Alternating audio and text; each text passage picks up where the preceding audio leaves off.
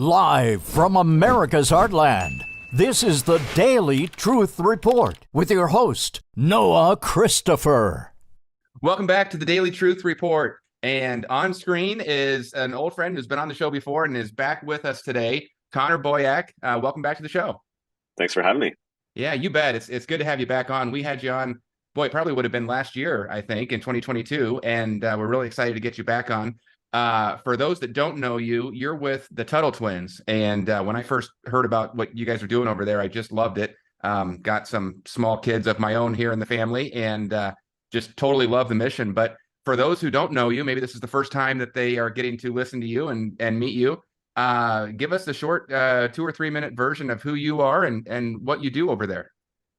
Well, for those who don't know, the Tuttle Twins is a series of children's books that teach the ideas of freedom to kids. We published our first book in 2014. We've been at this a while. When we started, everyone was like, why do you need to teach kids about ideas like, entrepreneurship and natural rights and property rights and everything? And now everyone's like, oh my gosh, we got to teach all the kids, because they're being bombarded by all these crazy messages. And so we sold over 5 million books. We've got copies. We've got books for toddlers and teenagers and every age in between. And so really, we're trying to foster family discussions about powerful ideas that are often neglected in the schools. They're attacked in the media.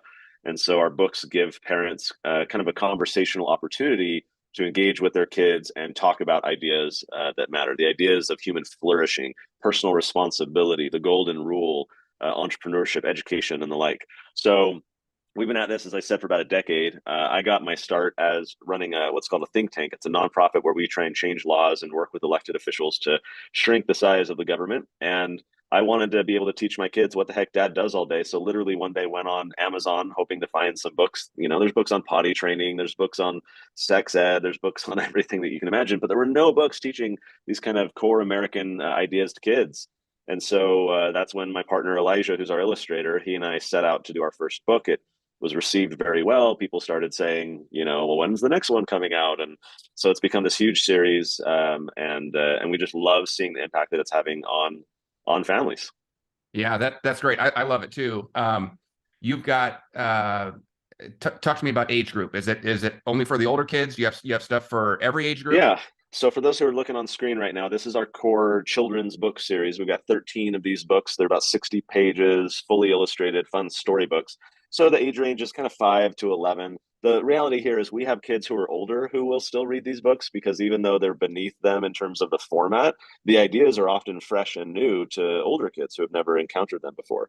And then the younger kids, or if they're read to by mom or dad, they can follow along because the illustrations are all really engaging even for the little ones. So it ends up being a broad age range. As I like to say, this particular series is great for kids age 5 to 11 and members of Congress because it's full of pictures. And then if you scroll down on the page, you'll see we've got other bundles. So we've got 2 sets right here for teens. We've got the one along the top is a fiction series. It's kind of like the choose your own adventure where you get to pick which way the story goes. So we got some fun fictional stories that are teaching these economic and political and civic type ideas through storytelling. And then the series on the bottom, those are hardback books, nonfiction. And so there we're teaching teens a little bit more directly things like logical fallacies. Every chapter, a different logical fallacy to try and understand, how to clearly think and critically think as well. So we have some nonfiction like that. And then if you go down, we've got some toddler books as well. These are a little bit cheeky. They're as much for, the parents to have a smile about and have fun with as it is for your child to really learn that F stands for Federal Reserve or G stands for gold or whatever. But they got super cute illustrations. They're really fun. And so we got some fun toddler books as well. And then we've got other items below. We've got, we have a cartoon with, graphic novels and all kinds of other stuff. But, importantly for what we're talking about today, I'm excited to share with your audience. We're just now launching that American History Volume 2. That's just now coming out. It's already shipping. It's still technically in pre-order, but we got the books in, and so we're just sending them out. And so, in fact, if you'll do me a solid, go to TuttleTwins.com/ oh yeah, perfect, you're here /history. And so here you can see the 2 books. They're each about 250 pages long, hardback, beautifully illustrated books, going deep into American history, trying to help kids learn not just what happened. I mean, most textbooks, they're like, this battle happened on this date, and these people signed a letter, and these people said this, and this committee over to this group, like all this minutia that we're forced to memorize as kids in public schools. But that's why I hated history. I hated the memorization, the regurgitation. I never did well with history. But I've since come to love history when it's told through storytelling, when you're just learning these amazing stories. And so I started to think, what would it look like to teach American history through storytelling? Mm. Not a textbook form, not just drill you with facts and names and dates and stuff. So these two books that we have use storytelling. They're big, just fun adventure stories where the twins are learning about history, but it's all done through story. And more importantly, we focus on the ideas of the past. It ultimately doesn't matter that you know who wore which color and what type of muskets they use and what hardtack was and what the clouds were like that day on the battlefield. Like that stuff might be interesting, but it doesn't matter. What matters is the ideas, the values, the principles, right? The ideas that they fought for, the tension of power, right? Between the state and the people, between warring factions. And that matters because those things are still relevant today. And so we can learn, you know, the quote, those who don't learn from the past are condemned to repeat it. We need to learn from the past and apply those lessons today. The textbooks on the market suck at doing this. They don't help kids learn from the past. They help kids learn about the past, but that's very different than helping them learn from it. And so our books are designed to help kids learn from the past. We talk a lot in the books about, okay, here's this thing happening more recently compared to what happened 250 years ago. Let's evaluate it. Excuse me. And so that's something we're super excited by. The books come with hundreds of pages of curriculum, all kinds of activities that you can get. We give you the audiobook as well. And so it just ends up being a big bundle when you buy it together. So it's a product we're really excited about because this is such a massive problem. I'll share this briefly with you, Noah, that maybe some of your listeners saw this, but a few weeks ago, a report came out saying that only 13% of eighth graders in American public schools, only 13% of them are proficient in American history. Failing grade, right? 87% are not proficient. And to me, that's alarming. It's astounding that the failure rate is that high. And you might say, oh, you know, COVID, learning loss, or whatever. Excuse me. Prior to COVID, it was only 18%. It was only 5 points higher. It was still a failing grade before COVID. And so to me, this is a travesty. Why? Because these kids become adults who are voters, and they have the same voting power as you do and I. And they, if they're ignorant of history, if they're ignorant of the principles that our country was founded upon, then they're easily seduced to support socialism or big government or whatever because they don't know any better.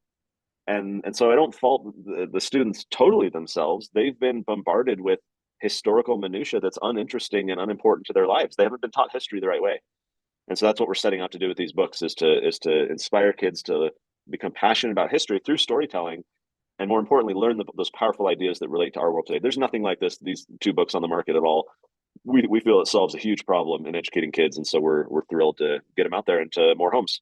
Yeah, it's such a good point. And, you know, I like to think that I'm somewhat up to speed on history and current events, but then also history. But even when we had the pandemic, you know, you look back and all of a sudden we started going back and people were bringing up old pictures of the Spanish flu and whatever that was, 1919 or 1913 or whatever it was. And well, sure enough, they're all wearing masks again. And they just ran the same blueprint from 100 years ago. And I didn't know that until people started researching and then bringing that out. But if you don't know the history, it's all going to happen again. So this is wonderful what you're doing. It's so sad in one point because this is what the schools should be doing, and they're not. The schools are just a propaganda arm at this point. But this is the type of stuff that our kids should be coming home from school learning, and they're not. So kudos to you for. I mean that's what we do. That's what conservatives do. We see a problem and we find the solution and we just create it and bring it out into the world. So you're a living example of that. I love it. Tell me about these books. Tell me more about the books. I mean, you just told us a lot, but part one has been out for a while. Part two is what's coming out now. And looking at the dates on these, so part one covers. I think where is it right there? It's from the 1200s through 1776. So volume one leads up to 1776. If you ask Ron Swanson, right, on Parks and Rec, he always said that 1776 is when world history began. But there were a lot of important things leading up to 1776. So volume one sets the stage. Yeah, all the way back to 1215, right? I mean, we don't think of America as going back to 1215, but tell us what goes back that far. Well, okay, so you've heard and your listeners have heard about the 1619 Project, and this is this neo-Marxist idea that we need to reframe American history as being really starting in 1619 with the mass importation of chattel slavery, African slaves. And their purpose, I believe, I don't think this is radical to say, I believe their purpose is to reframe American history such that we can disregard the contributions of the founding fathers because they were bigots and racists and slaveholders. Therefore, more importantly for the neo-Marxists, we can discard the classical liberal ideology that they believed, and what we would call today conservative or libertarian, but at the time it was liberal in the true sense of the word, liberty. And so we can discard all that because they were all slaveholders. So let's just go support socialism and this neo-Marxist vision for the future. So this is so critical, right? They're reframing the past. They're setting a narrative about the past that allows them to alter the direction of the future. This is why history is so important, because how we make sense of the past, our past, collective past, how we make sense of it affects deeply how we go in the future and what happens in the future. So we chose 1215 because we were trying to say, all right, what really defines America? Is it the importation of slavery, which, by the way, was not a unique American thing at all? This was a global thing, including African countries themselves, blacks enslaving. Like, it was just it was everywhere. So what defines America? What can we look to in the past that sets a positive narrative or an accurate narrative that allows us to go in a better direction in the future? We chose 1215. A couple of reasons. That's when you had the Magna Carta, right? The first attempt to restrain the king and establish some codified rights and recognize individual freedom. So the Magna Carta was a hugely important precursor. But more broadly in the book, we talk about Marco Polo in the era of trade. So all along the Silk Road, you had all these people trading, hustling and bustling, and then that incentivized explorers to go to faraway lands in search of spices and treasure and things that they could bring back to this bustling market. And that exploration with Marco Polo and some of these guys, right? That led to colonization, because a lot of people would go to those new lands and be like, hey, I kind of like it here. I'm going to move here, right? And so that led to colonization, which led to America. So America really has its roots clear back in the 1200s with this Silk Road trade market of people trying to just better their lives, using the market to do so, having these incentives to go explore and produce and trade. And that, to me, is a positive framing of the past. I think it's an accurate one. If we say, look, America was really, like, with all its warts and bumps and everything else, we're not hiding any of that. We're very frank about it in the book. But look, setting aside all and not having the warts and bumps be the focus, we acknowledge that they're there. But the true issue happening here was people trying to better their lives, bootstrap themselves out of, servitude and being serfs and living off the land, hand to mouth. That to me is the true American story. And so that's why we chose to start clear back in the 1200s.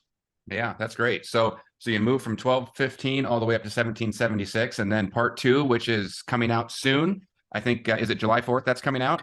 Yep, that's the official launch date. In reality, if you order today, we're going to probably ship before that. We got the books in the warehouse, so technically It's still in pre-order, but yeah, you can grab the whole bundle at a discount. Okay, great. And then that one is a much shorter time period, because we had a lot going on from 1776 to 1791. All of the foundational Constitution, Bill of Rights, everything else is in that period. And then I assume that leaves you open to have some future books in the series at some point.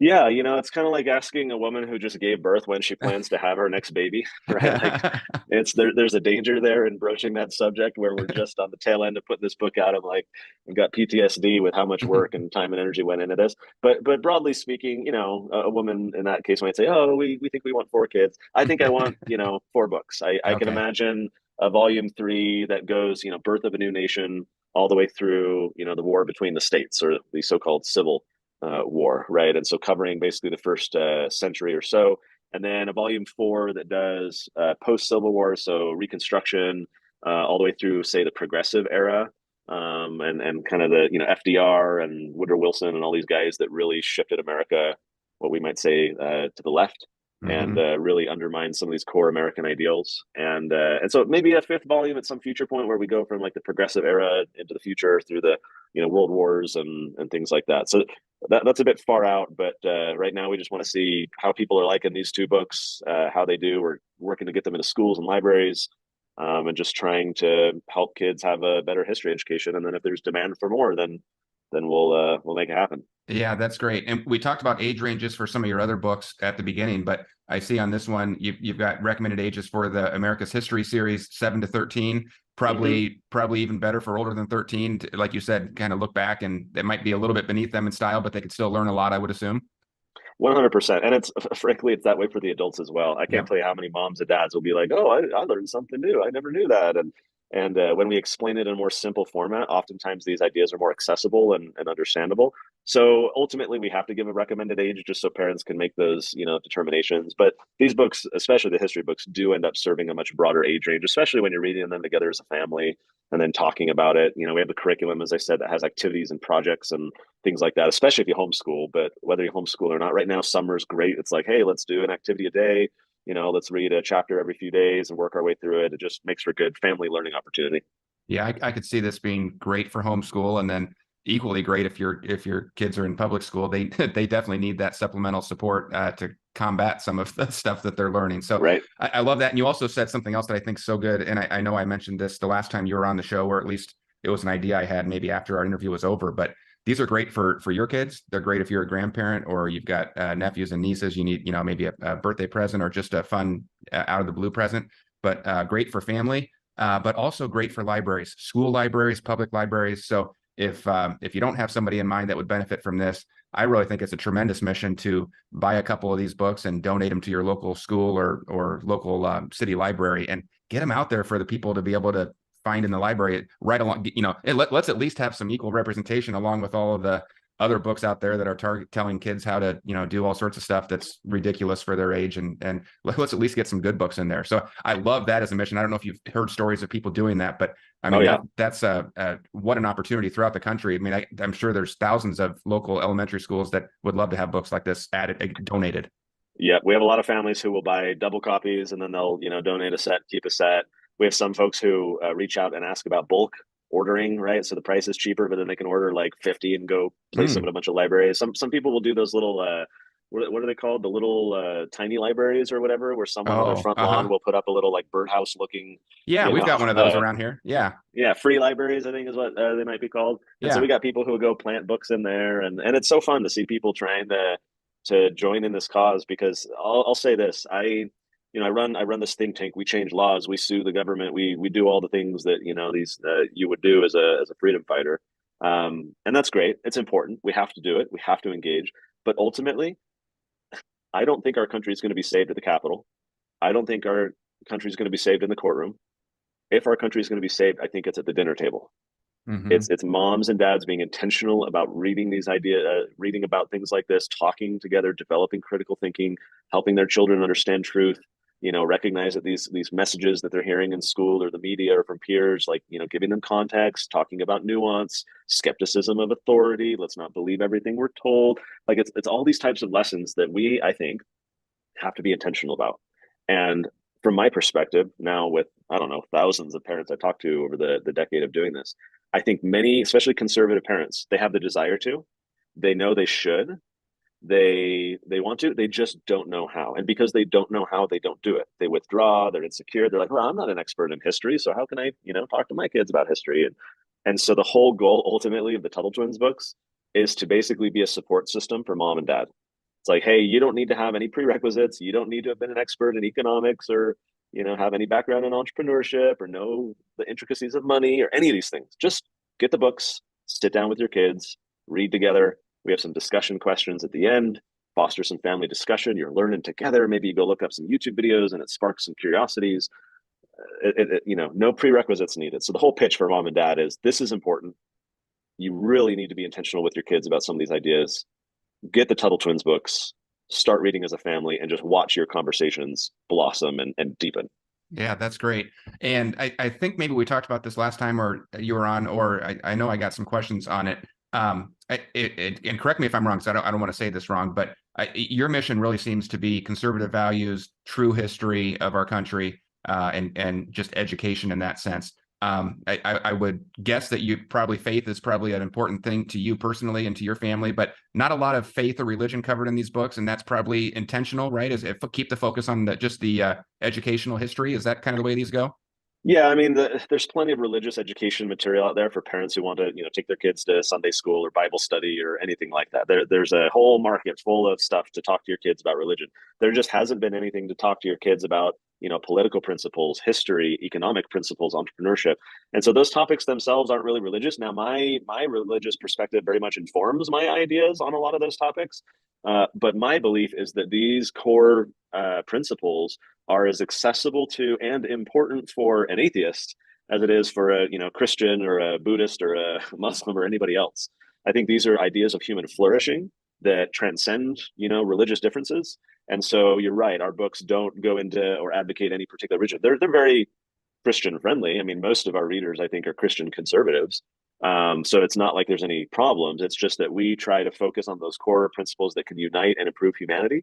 Certainly, I believe religious principles can do that as well. But our books do focus on, as I said, like political principles, economics, civics, history, things like that. And so we've chosen to try and have a broad appeal to people of any faith background because these ideas are important for them and everybody.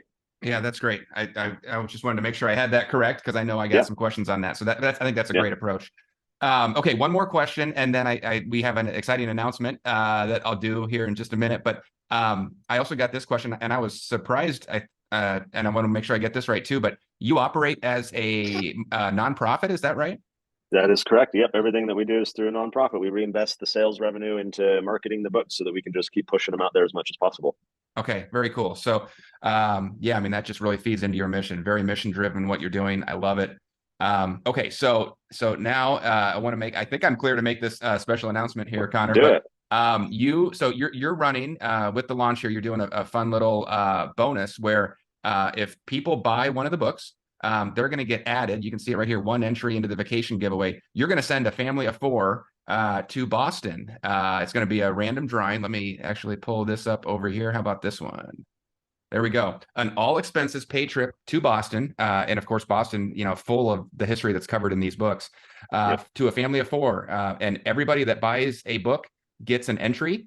And if you buy 2 books, you would, buy volume 1 and volume 2, you'd get 2 entries. And then you're going to do a random drawing. And here's the exciting part that I want to add on to this, because I really love what you're doing. I want to support this, and I want to incentivize people to get these in their family, get these in their local libraries. Let's just get the word out there so that we can fight back a little bit, because we're losing the battle right now in the hearts and minds for children. So I want to incentivize that. So if you buy, I'm going to put the link to this below. If you buy with the link that I'm going to put down here, that would give me an entry. But here's what we're doing, and here's kind of my exciting announcement. I can't travel to Boston right now. I'm too busy. So I'm gonna, if I were to win, I'm gonna give that to one of you that buys through the link below. So you're gonna get a bunch of extra entries because I'm taking my name out of the hat. So so I've already talked to Connor, and he said, all right, if your name is the one that wins, I'm just gonna go back in there and redraw someone else out of your people, and we're gonna give it to a WLT report reader. So I'm pumped about that. I don't know if we're gonna win or not, but we're gonna have some really good odds. And if you've got a family of 4, or if you want to find 4 people and go to Boston, you might be able to win. So anything else you want to add to that, Connor? No, give me more of the details.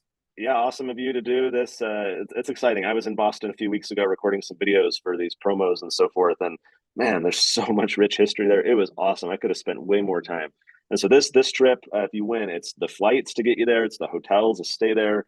It is meals, stipend, like it's just all expenses paid to go have some fun and see these sites and just have a blast. So we're super pumped. I think it's really cool of you to pass it on to one of the folks. But yeah, as a reminder, make sure to click the link in the description so that you can use the special tracking link so that we can track who's going to buy it from your link so that we can figure out if one of them become the winner.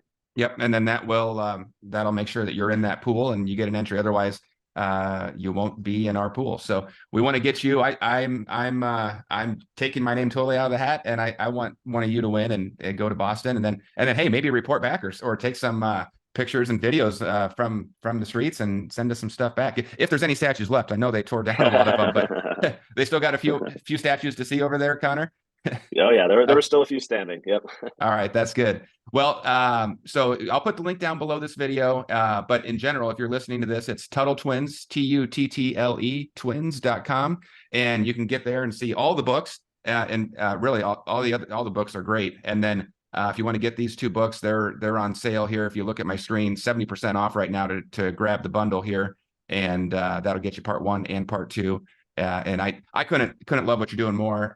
Recommend it. I've got a big box of them that I bought for my family, and slowly starting to introduce those to my kids who are just now getting into some of those upper age ranges where they can really read this and have it digest and make sense, and then reading them together. So, Connor, any last words? I really appreciate you coming on. It's always great to see you. We'll have you on again soon, but Anything else you want to leave people with? Yeah, last words for now are just, guys, we have to be so intentional about this because our kids are being bombarded with all kinds of negative messaging. And there are many people out there who disagree with our values and principles and perspectives that are coming after our kids. And it's increasingly overt, it's increasingly aggressive. We have to do our part as parents, as grandparents. We have to shield our kids from a lot of these ideas and teach them truth. Again, a lot of parents are insecure in doing that. They feel that they're incompetent or maybe ignorant and they don't really know. We're here to help. So go check out the Tuttle Twins books. Use the link in the description below so that the credit will go and maybe you'll end up winning the Boston Vacation giveaway. Awesome. All right, Connor, thanks for coming on. We'll see you next time. Appreciate it. See ya. Yep.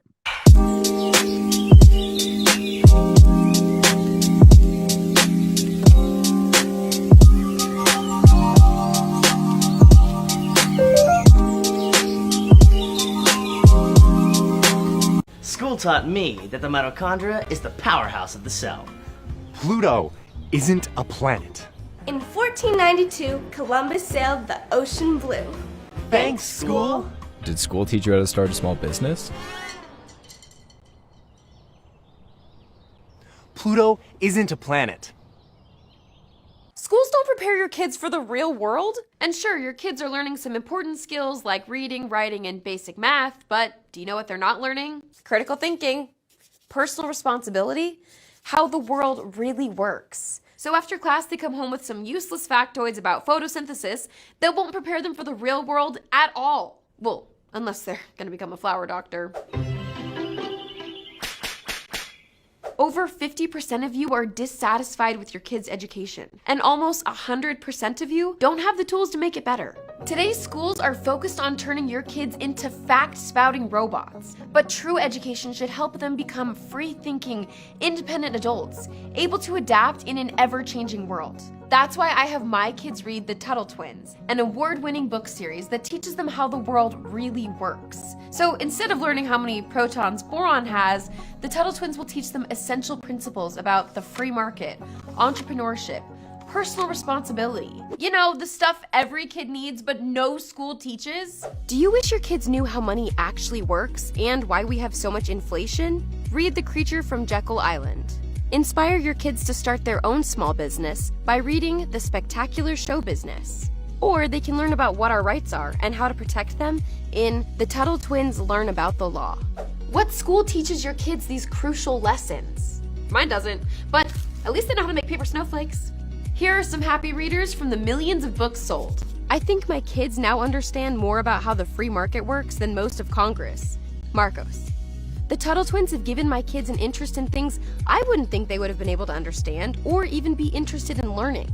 Amanda. That's what's so great about the Tuttle Twins. They're fun and easy to read books that will leave you saying, my daughter loves all of them. She's read them all multiple times without me even asking her to. I didn't make that up, that's a real review. So if you want your kids to be free thinkers instead of fact memorizers, then click the link below for your set of the Tuttle Twins with free activity workbooks.